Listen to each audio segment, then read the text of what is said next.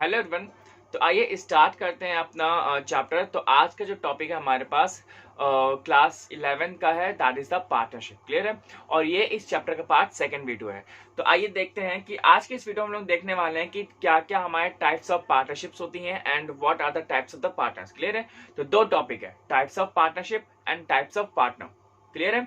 तो इसमें सबसे पहला टॉपिक है हमारे पास जनरल पार्टनरशिप। क्लियर है। तो इसका मतलब क्या होता है? इसका मतलब ही सिंपल सी आसान भाषा में बात की जाए तो यहाँ पे हर एक पार्टनर के पास उसकी एक अनलिमिटेड लायबिलिटीज होती है। क्लियर है। We know that unlimited liabilities का मतलब क्या होता है कि यहाँ पे अगर पार्टनर्स जो है अगर वो ड्यूज क्लियर नहीं कर पाते क्रिएटर्स का, किसी भी जो लोन वाला जो होता है पर्सन, तो वहां पे पार्टनर्स को अपनी जो पर्सनल जो प्रॉपर्टी है उसको भी वहां पे अटैच करनी पड़ती है। क्लियर है। तो जितने भी जो क्रिएटर्स होते हैं उनको ये भी एक एश्योरेंस रहता है कि भाई साहब मेरा पैसा कहीं नहीं जाएगा। अगर उनकी कंपनीज के या जो फर्म के जो एसेट्स हैं अगर वो उससे पैसा नहीं ले सकते हैं तो हम लोग सिंपली उन पार्टनर्स के पर्सनल प्रॉपर्टी से भी हिस्सा ले सकते हैं। क्लियर है। So this is the normal general partnership. तो ये हमारे इंडिया में बहुत जगह पे आपको दिख जाएगा। अक्सर जितने भी जो पार्टनर्स थे वो एक साथ मिल करके फर्म चलाते हैं, वो काम करते हैं। तो this is the general partnership on an average में। क्लियर है। तो यहाँ पे लिखा हुआ है ना कि in a general partnership the liability of the each partner is unlimited. It means that the firm's creditor can realise their dues in full from any of the partners by attaching their personal property if the firm's assets are found to be inadequate to pay off its debt। Clear है। तो अगर उनको ऐसा लगता है कि भाई साहब ये फर्म्स के जो एसेट्स हैं वो तो हमारे मतलब काम में नहीं है, अगर हम इनको बेच नहीं पाएंगे तो हमारा तो पैसा लौटा ही नहीं पाएंगे, तो वहां पे सिंपली क्या होता है वो जो पार्टनर की जो पर्सनल प्रॉपर्टी होती है वो लोग इसको इस पे अटैच कर देते हैं। तब इनको विश्वास होता है कि हाँ मेरा पैसा कहीं नहीं जाएगा, मेरा पैसा हमारा मिल जाएगा। ठीक है। सेकेंड पॉइंट है हमारे पास लिमिटेड लायबिलिटी पार्टनरशिप। क्लियर है। तो जैसे अभी हम लोगों ने जनरल पार्टनरशिप पढ़ा तो वहां पे पार्टनर्स की लायबिलिटी कैसी थी? अनलिमिटेड। यहां पे कैसी पार्टनर की लायबिलिटीज है? लिमिटेड। ठीक है। सच एज किसी से मान लीजिए कि अब मेरी एक कोई फर्म है। ठीक है। उस फर्म का मैं 10% ओन करता हूं। We are just having 10 partners और हर एक के हिस्से में 10-10 परसेंटेज है। हर एक जो पर्सन है वो जो पार्टनर है वो 10% का मालिक है। क्लियर है। तो मेरी जो उस फर्म के प्रति जो लायबिलिटी रहेगी वो होगी सिर्फ 10% की। अगर उस फर्म ने 1 करोड़ का लोन लिया है किसी से भी तो I am accountable to give only 10%। Clear है। ठीक है। आइए जरा देखते हैं क्या दिया हुआ यहाँ पे कि limited partnership is now allowed in India under the limited liability partnership act 2008। The chief characteristics are so on. तो पहला पॉइंट हमारे पास a limited liability partnership must be registered under the act with a minimum of 2 persons। that means 2 person या partners. तो normal सी बात है कि जो आपका एलएलपी है यहाँ पे एलएलपी आपका रजिस्टर होना चाहिए under the act. Minimum 2 partners तो होने ही चाहिए and there is no maximum number of partners. Clear. मतलब कोई लिमिट नहीं कि हाँ नहीं भैया इतने ही होने चाहिए, 50 होने चाहिए, 100-200, ऐसा कुछ भी नहीं है। नेक्स्ट हमारे पास an LLP is a body corporate having a separate legal entity and the perpetual succession. Clear है। तो अगर यहाँ पे कोई भी जो पर्सन है या जो कोई भी पार्टनर जो है तो यहाँ पे अपना जो जिसे कहते हैं कि सक्सेसर वो उसको वो ओवरटेक कर सकता है या उसको ओवरकम कर सकता है in the absence of him और हर। अगर मान लीजिए कोई पार्टनर एक्सपायर कर जाता है तो वो अपना जो सारा जो रहेगा आगे वो ले सकता है उस पार्टनर का। क्लियर है। नेचुरल हायर होना चाहिए। नेक्स्ट हमारे पास in an LLP the liability of partners is limited to their agreed contribution to the LLP and no partner would be liable on account of any unauthorised or independent actions of the other partners. ठीक है। Means जितना भी जो भी आपका जो contribution रहेगा that has to be in the some specific ratio कि भैया मैं 10% का मालिक हूं या मैं 15% का मालिक हूं, तो वहां पे आप जितने भी परसेंटेज के आप उस फर्म में मालिक होंगे आपको उतना ही कंट्रीब्यूशन देना पड़ेगा। क्लियर है। नेक्स्ट हमारे पास आता है fourth point an LLP must maintain annual accounts reflecting the true and the fair view of its the state of affairs. Clear है। दैट मीन्स कि आपको हर एक जो एक फाइनेंशियल ईयर होता है या अपने 6 महीने या हर एक साल में आपको अपना जो अकाउंट होता है वो शो करना पड़ता है ताकि आपने कुछ गलत तो नहीं किया या ऐसा कुछ मिस्टेक्स नहीं हो गए। तो जितना भी सारा कुछ फेयर काम करना रहता है। क्लियर है। तो यहाँ पे एलएलपी जो होता है यहाँ पे that you have to show कि भाई साहब सबसे पहली बात तो आपकी यहाँ पे लिमिटेड लायबिलिटी है, आप अनलिमिटेड में नहीं हो। क्लियर है। तो हर एक जो पार्टनर है जब तक कि वो अपना फेयर एंड क्लियर अकाउंट नहीं दिखाएगा हम लोग उसको जज नहीं कर सकते, बिकॉज हम लोग के बहुत सारे पार्टनर्स हैं और हर एक पार्टनर को अपना एक फेयर अकाउंट दिखाना पड़ता है। नेक्स्ट पॉइंट कुछ ज्यादा इंपॉर्टेंट है कि the liability of the partners and the firm would become unlimited in case the firm or its partner carry out any act with the intention to defraud the creditors or any other person or for any fraudulent purpose। ठीक है, अब यहाँ पे जो LLP होते हैं उनकी जो लायबिलिटी है वो अनलिमिटेड हो जाएगी।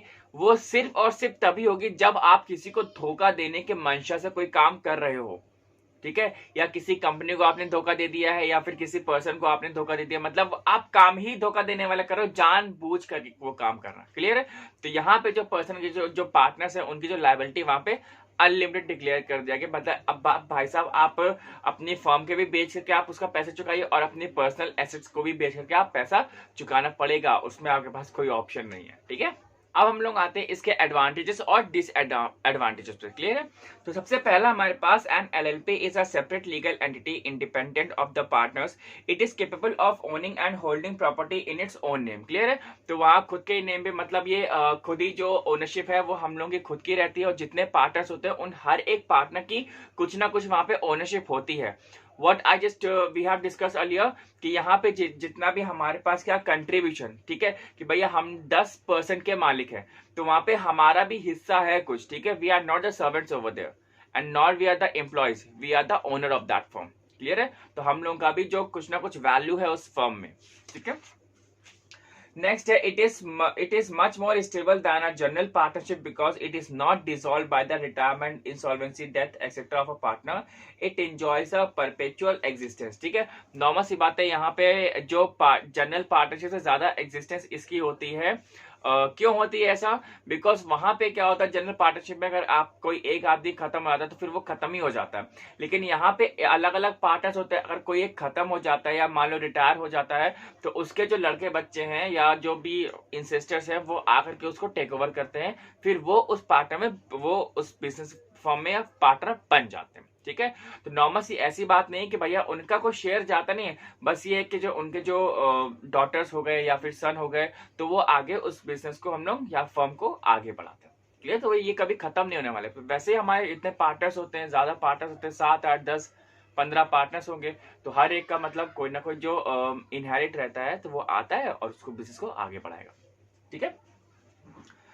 The LLP is limited, they have not to take the unlimited risk। ठीक है, नॉर्मल सी बात है कि LLP लिमिटेड होती है और उसको रिस्क की कोई जरूरत नहीं होती है। As there is no limit on the number of partners and LLP can raise the huge funds for expansion and the growth of business। Clear है। तो वहां पे इतने नंबर ऑफ पार्टनर्स होते हैं तो हर एक पार्टनर से कुछ ना कुछ कॉन्टैक्ट्स होते हैं।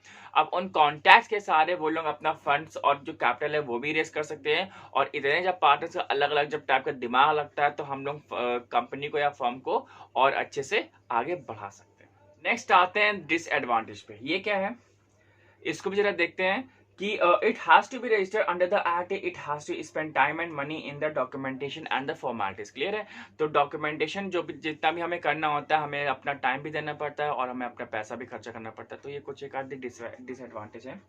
There is less secrecy of the business affairs as it has to fulfil legal requirement. ठीक है, अब जब इतने पार्टनर्स होंगे आपके बिजनेस में तो आप कोई भी काम छुपा करके नहीं कर सकते।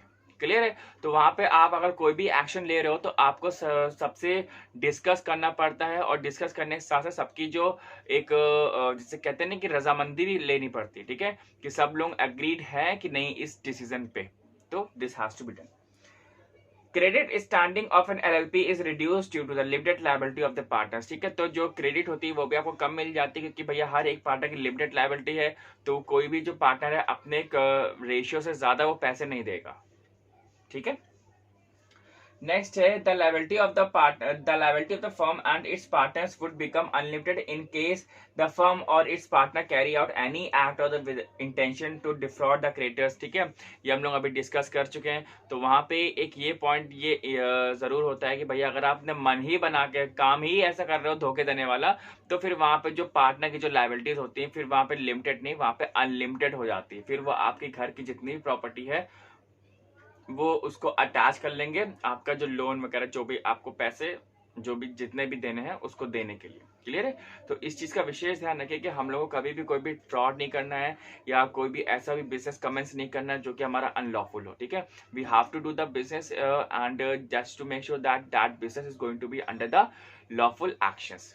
ठीक है, अब नेक्स्ट टॉपिक हमारे पास पार्टनरशिप एट विल। ठीक है, तो इसका मतलब क्या है कि सिंपल से यही है कि जितने भी फर्म में जितने भी पार्टनर्स हैं, ठीक है, they are just every one is free कि वो कब तक उस फर्म के साथ रहना चाहते हैं, 5 साल, 10 साल, 20 साल, 50 साल, जितना भी उसका मन करे वो रह सकते हैं। क्लियर है?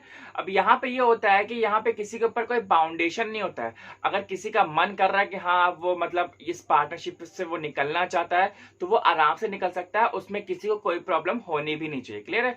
तो वहां पे आराम से ये हर एक पार्टनर के ऊपर एप्लीकेबल होता है। क्लियर है? ऐसा नहीं मतलब कोई एक ही पार्टनर है, कोई 2 पार्टनर है, तो जब तक उसका मन करेगा उस फर्म में रहने का, उस बिजनेस में रहने का, वो वहां पे रहेगा, और जब उसका वो मन भर जाएगा तब वो आराम से अपनी वो कंपनी या फर्म छोड़ सकता है। अब नेक्स्ट टॉपिक क्या है हमारे पास, that is the particular partnership. ठीक है, तो यहाँ पे इसका मतलब क्या होता है, तो पर्टिकुलर मतलब कि हम लोग किसी पार्टनर को लेकर के आए just to achieve the specific goal, just to achieve the common objective. Clear है? हम लोग यहाँ पे इसको इसीलिए लेकर के आते हैं, शायद हमको एक एक्सटर्नल माइंड चाहिए होता है कि हमारे फर्म में वो आए, हमारे बिजनेस में वो आए और वो हमारे उस बिजनेस को और ग्रोथ करवाए।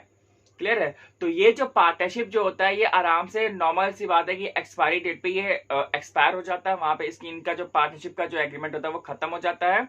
ठीक है, और यहाँ पे ये भी होता है कि जब भी ये जो पार्टनरशिप होता है, जैसे हमने कहा ना कॉन्ट्रैक्ट बेसिस पे होता है, तो ये सिर्फ टेम्परेरी बेसिस पे होता है, 2 साल, 4 साल, 5 साल, उसके बाद ये कोई काम नहीं करेगा। क्लियर है? तो यहाँ पे जितना भी जो होता है इसकी भी एक एक्सपायरी डेट होती है, और यहाँ पे किसी भी अगर पार्टनर को हम लोग लाते हैं तो एक ऑब्जेक्टिव के लिए ही लाते हैं। ठीक है, कि भैया हमें अपने 2 साल तक हमें यहाँ पहुंचना, तो आप हमारी हेल्प कर दीजिए करके।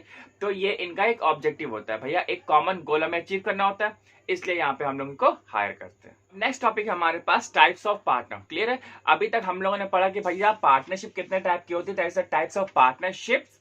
अब यहाँ पे हम लोग पढ़ रहे हैं कि भैया उस पार्टनरशिप में जो पार्टनर्स होते हैं, अब वो पार्टनर कितने टाइप के होते हैं, अब हम लोग ये डिस्कस करने वाले हैं। क्लियर है? तो इसमें पहला पॉइंट है हमारे पास, दैट इज एक्टिव और द वर्किंग पार्टनर। ठीक है, तो एक्टिव और वर्किंग का मतलब क्या होता है भाई साहब, जो पार्टनर होता है उसका यहाँ पे उसका पैसा भी लगा होता है और उसका दिमाग भी लग रहा होता है। क्लियर है? इसी लिखा है ना कि एक्टिव पार्टनर। एक्टिव पार्टनर मतलब यही होता है कि पैसा तो लगा ही है, साथ ही साथ वो मैनेजमेंट पे भी वो ध्यान दे रहा है, वो उस फर्म के लिए वो काम भी कर रहा है। क्लियर है? उसको वहां पे प्रॉफिट से भी मतलब है और उसको लॉस से भी मतलब है। तो जितने भी जो आउटसाइडर्स लोग जो होते हैं ना, मतलब जो अननोन लोग, तो वो उनको मालूम होता है कि हाँ भैया ये पर्सन जो है ये इस फर्म में काम करता है, या ये मालिक भी है और काम भी करता है। क्लियर है? So this is known as the active and the working partner. Clear है? और इसी की जस्ट नेक्स्ट पे हमारा सेकंड पॉइंट है स्लीपिंग और द डोमिनेंट पार्टनर। अच्छा, यहाँ पे क्या होता है, स्लीपिंग का मतलब ये है कि जो पार्टनर है सिर्फ पैसा लगाएगा फर्म में, सिर्फ कैपिटल देगा, उसका मैनेजमेंट में कोई भी रोल नहीं होता। मतलब he is like a sleeping, भैया पैसा मांगा, हाँ भैया ले लो पैसा, मेरे को मतलब नहीं है। प्रॉफिट होगा तो भी मैं शेयर कर लूंगा और लॉस होगा तो भी मैं इसको शेयर कर लूंगा। ठीक है, मैं लायबल हूं। ठीक है, अच्छा ऐसे पार्टनर क्या होते हैं, मतलब ये जैसा आपकी बुक में लिखा हुआ है कि ये कंपनी में रहते तो हैं, ठीक है, मैनेजमेंट में इनका कोई रोल नहीं होता है, सिर्फ इनको कैपिटल देने से मतलब होता है। और जब भाई साहब इनको पैसों से मतलब होता है तो जितने भी जो अननोन जो लोग होते हैं ये उनकी नजर में नहीं आते। क्लियर? तो he is not simply known to the outsiders. तो यहाँ पे आप लोग समझो कि भैया एक्टिव पार्टनर कौन होते हैं और यहाँ पे स्लीपिंग और द डोमिनेंट पार्टनर कौन होते हैं। क्लियर है? अब नेक्स्ट पार्टनर हमारे पास that is a secret partner. Clear है? अब सीक्रेट नाम में ही सीक्रेट तो होता क्या है, तो यहाँ पे जो पार्टनर होता है वो अपना कैपिटल भी देता है, अपना टाइम भी फर्म को दे रहा है, ठीक है, और वो मैनेजमेंट पे भी वो रोल प्ले करता है, लेकिन वो एक सीक्रेट टाइप का पार्टनर है। मतलब बाकी लोग उसको नहीं जानते, सिर्फ जितने भी फर्म के लोग हैं बस वही जानते हैं, लेकिन बाकी जितने भी जो आउटसाइडर्स होते हैं दे simply don't know about him. Clear है? तो यहाँ पे सिंपली क्या होता है, यहाँ पे ये जो सीक्रेट पार्टनर है वो कंपनी के प्रॉफिट में भी शेयर करता है, कंपनी के लॉस में भी शेयर करता है, मैनेजमेंट पे भी रहेगा और कैपिटल भी शेयर करेगा और काम भी करेगा, बस बाहर वालों को पता नहीं चलेगा, इसीलिए सीक्रेट पार्टनर है। नेक्स्ट पॉइंट हमारे पास अनलिमिटेड पार्टनर्स। क्लियर है? अच्छा, जो भी अभी हम लोगों ने पहले पढ़े हैं active partner, sleeping partner and secret partners, तो इन तीनों की जो लायबिलिटीज होती है वो हमेशा अनलिमिटेड होती है। क्लियर है? इन तीनों ही पार्टनर की जो लायबिलिटीज होती है वो अनलिमिटेड होती है, लेकिन यहाँ पे जो लिमिटेड पार्टनर है, नाम में ही आ गया लिमिटेड, तो ये जो पार्टनर की जो लायबिलिटी होती है वो लिमिटेड होती है just to get the share of the company and the profits. Clear है? तो उनका एक शेयर होता है, जितना उनका शेयर रहेगा या जितना उनका कंट्रीब्यूशन रहेगा वो उतना ही वो प्रॉफिट और लॉस वो गेन कर सकते हैं। क्लियर है? इनका कोई भी रोल मैनेजमेंट पे नहीं होता है, ठीक है? और अगर इनकी अनसर्टेनली डेथ हो जाती है या अगर ये बैंकक्रप्ट हो जाते हैं तो फर्म को कोई फर्क नहीं पड़ता है। ठीक है? नेक्स्ट पॉइंट है हमारे पास a partner in profits only. ठीक है? तो जैसे नाम में ही है प्रॉफिट्स, मतलब ये ऐसे पार्टनर होते हैं जो कंपनी के सिर्फ प्रॉफिट में ही हिस्सा करेंगे। ठीक है? प्रॉफिट में ही लेंगे, और अगर कंपनी को लॉस होता है तो ये लॉस बियर नहीं करते। ठीक है? एंड कंसेक्यूटिवली ये इनका मैनेजमेंट में कोई भी रोल नहीं होता है, तो इनको सिर्फ एक रेपुटेशन के लिए रखा जाता है। ठीक है? कि भाई साहब हम इनके पैसे को यूज कर सके, बिकॉज नॉर्मल सी बात है, जब ये प्रॉफिट ही कर रहा है तो इनकी कुछ वैल्यू होगी, तो मार्केट में इनके बहुत कनेक्शंस होते हैं, तो यहाँ पे सिर्फ हम इनको पैसों का यूज कर सके, हम अपनी इनका कैपिटल यूज कर सके। हाँ, नो डाउट, अगर कंपनी को लॉस होगा, इनको लॉस से मतलब नहीं है, और ना ये लॉस में कुछ शेयर करते हैं। क्लियर है? कंपनी से सिर्फ अगर प्रॉफिट होगा तभी ये प्रॉफिट ही लेंगे, और हमेशा प्रॉफिट ही लेंगे, लॉस में तो कोई शेयरिंग है ही नहीं इनका। क्लियर है? तो यहाँ पे सिंपली यहाँ देखिएगा, जो इनका जो पहली बात तो मनी हम लोग इनका यूज कर सकते हैं, एंड इज गुडविल। गुडविल मतलब एक रेपुटेशन होती है ना, एक इज्जत। ठीक है? कि इनके नाम पे हमको लोन दे सकता है, या सामने वाला जो अदर जो पार्टी है वो हमको एक उधारी पे सामान दे सकता है या लोन दे सकता है। क्लियर है? तो वो हमारे लिए एक बहुत ही अच्छा बेनिफिट के रूप में भी आता है। अब नेक्स्ट पार्टनर है हमारे पास, दैट्स अ नॉमिनल और ऑस्टेंसिबल और क्वाजी पार्टनर। ये पार्टनर थोड़ा सा इंपॉर्टेंट है, क्योंकि अक्सर ये क्वेश्चन में आ जाता है कि define the quasi partner and define the nominal partner. अच्छा, इसका एक ध्यान रखिए कि ये इसलिए इंपॉर्टेंट है बिकॉज ना ये कैपिटल इंट्रोड्यूस करता है कंपनी में, ना ये प्रॉफिट में शेयर करता है, ना ये लॉस में शेयर करता है। ठीक है? ना ही इसका कोई रोल मैनेजमेंट में होता है, तो फिर ये पार्टनर किस काम का है? ना ही वो कैपिटल शेयर कर रहा है, ना ही वो प्रॉफिट शेयर कर रहा है, ना ही वो लॉस शेयर कर रहा है, ना ही उसका कोई रोल मैनेजमेंट में होता है। तो सिंपली इसका काम क्या होता है? He just simply allows the partners to use his name. जो इसकी जो गुडविल होती है, नेम गुडविल जो रेपुटेशन होती है, ये मार्केट में इन पार्टनर्स को यूज करने के लिए देता है। ठीक है? He allows himself to just introduce himself as the partner. ठीक है? शेयर कुछ नहीं करेगा, बस ये रहता है कि हाँ इनके नाम पे हमको कैपिटल मिल सकती है, हमको फंड्स मिल सकता है। तो यहाँ पे इन्हीं के रेपुटेशन पे हमारा मतलब कंपनी का भी थोड़ा सा जो एक स्टैंडर्ड होता है वो बढ़ जाता है। ठीक है? अच्छा, यहाँ पे भी ये पार्टनर्स भी दो टाइप के होते हैं। सबसे पहला होता है हमारे पास पार्टनर बाय एस्टॉपल, नेक्स्ट है पार्टनर बाय होल्डिंग आउट। पहला पार्टनर है हमारे पास पार्टनर बाय एस्टॉपल। ठीक है? तो यहाँ पे सिंपली क्या क्या कहा गया है कि जो पार्टनर है, तो यहाँ पे पार्टनर कह रहा है कि जैसे हमने क्या कहा कि ना ही वो प्रॉफिट, ना ही वो लॉस, ना ही कैपिटल, ना ही मैनेजमेंट। तो यहाँ पे एक आपका एक पर्सन होता है जो कि एक बहुत रिच है। ठीक है? तो सामने वालों को ये बता रहा है कि भाई साहब मैं इस कंपनी में पार्टनर हूँ, और आप जो है इस कंपनी को पैसा दे दीजिए। ठीक है? चलो भैया, उसने पैसा दे भी दिया। अब अगर वो कंपनी डिफॉल्ट कर जाती है, या अगर कंपनी मान लीजिए पैसा नहीं दे पाती वापस से, तो करते क्या है, जो भी क्रिएटर होगा तो अब उस रिच मैन से बोलेगा कि भैया हमने आपके नाम पे दिया था, अब आपको ये देना पड़ेगा। क्लियर है? तो यहाँ पे सिंपली क्या होता है, अब वो जो रिच मैन है वो डिनाई नहीं कर सकता। क्लियर है? क्यों? क्योंकि उसकी रेपुटेशन है, उसकी इज्जत है मार्केट में। ठीक है? उसकी ब्रांड वैल्यू है, उसकी गुडविल है, तो वहां पे तो आप बिल्कुल डिनाई नहीं कर सकते। क्लियर है? तो यहाँ पे जो पार्टनर होता है, partner he is known as the partner as by estoppel. Clear है?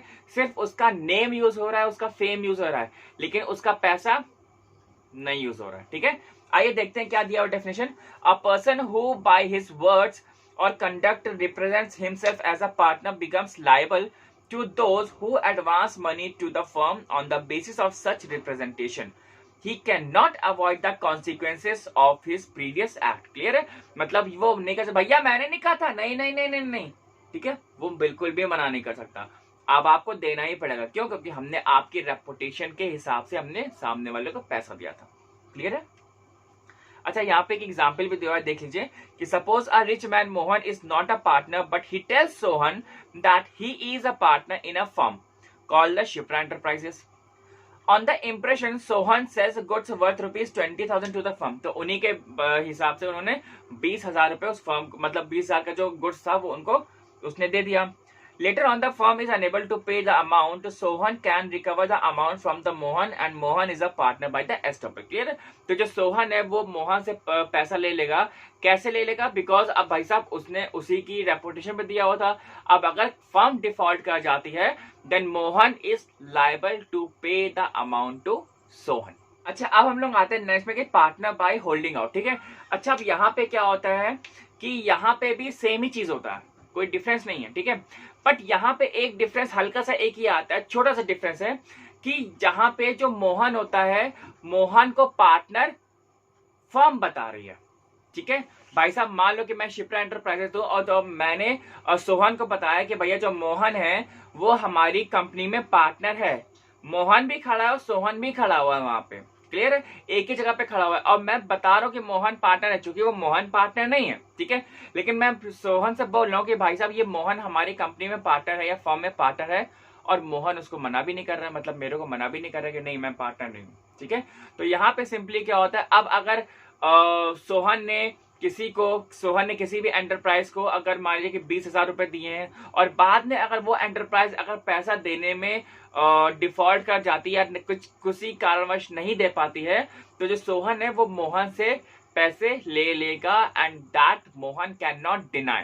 क्लियर है? अच्छा, आप कहोगे सर पहले वाले में क्या डिफरेंस था और दूसरे वाले में क्या डिफरेंस है, एस्टॉपल में क्या डिफरेंस था और इसमें होल्डिंग आउट में क्या डिफरेंस है? तो भाई साहब एस्टॉपल में क्या था कि मोहन खुद बता रहा है, जो रिच मैन मोहन है, मोहन खुद बता रहा है कि हाँ भैया मैं इस कंपनी में पार्टनर हूं और आप इस कंपनी को या फर्म को पैसे दे देना।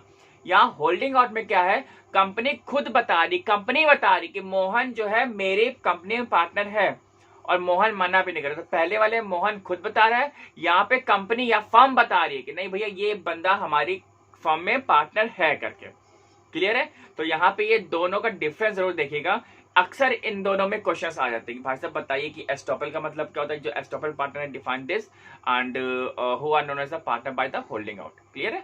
तो इन दोनों में डिफरेंस जरूर देखिएगा। अब नेक्स्ट टॉपिक हमारे पास minor as a partner. Clear है?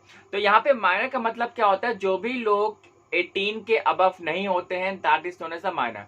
मतलब 18 से छोटे होने वाले लड़कों को और लड़कियों को हम लोग माइनर बोलते हैं।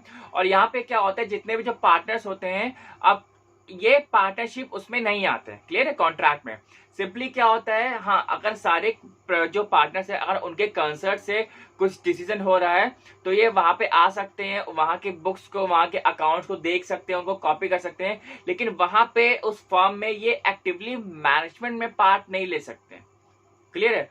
प्रॉफिट रहेगा नो डाउट, ठीक है, लेकिन जब तक कि वो माइनर है तब तक कि उसकी जो लायबिलिटीज है वो लिमिटेड रहेंगी।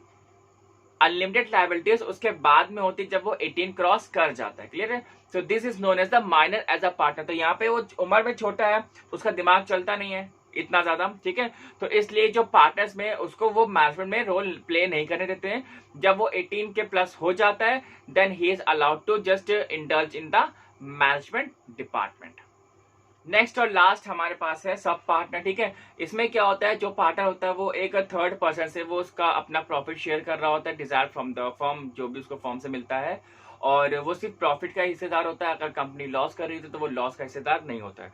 सो that is why he is known as the third person. Clear है? तो आई होप कि आपको टाइप्स ऑफ पार्टनर अच्छे समझ में आएगा and just I tried my level best to make you understand. And बस आज के लिए इतना ही रखते हैं। बाकी वीडियोस देखते रहिए, वीडियोस को लाइक करते रहिए, और अगर कंटेंट अच्छा लग रहा है तो प्लीज चैनल को अपने फ्रेंड्स के साथ शेयर भी करिए। ठीक है, तो आज के लिए इतने रखते हैं। Till then bye bye and thank you very much.